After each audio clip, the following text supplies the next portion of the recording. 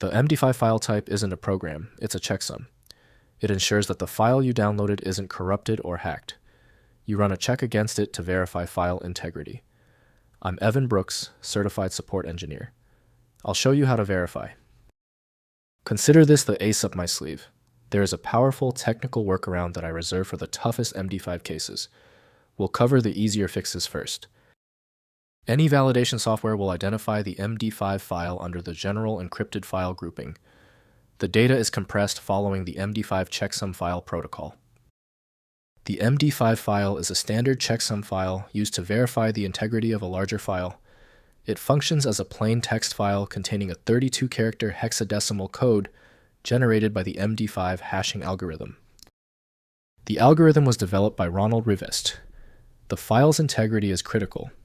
If a download, e.g. a large zip file, is interrupted or corrupted, the MD5 checksum of the corrupted file will not match the code in the MD5 file, immediately indicating a file error.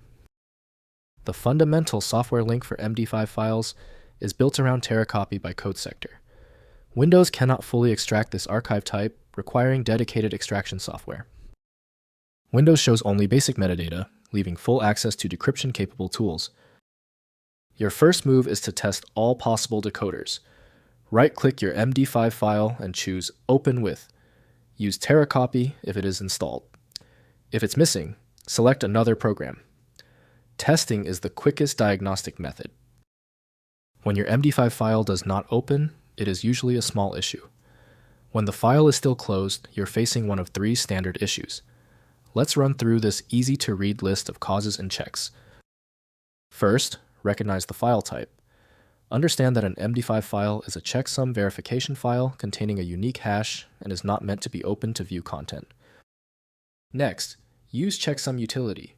Use a utility like MD5 and SHA Checksum Utility, or the command line tool certidal hashfile MD5 to compare the hash against the source file. Finally, check integrity. If the hashes do not match, re-download the associated file, e.g. the zip file, as it is corrupt or modified.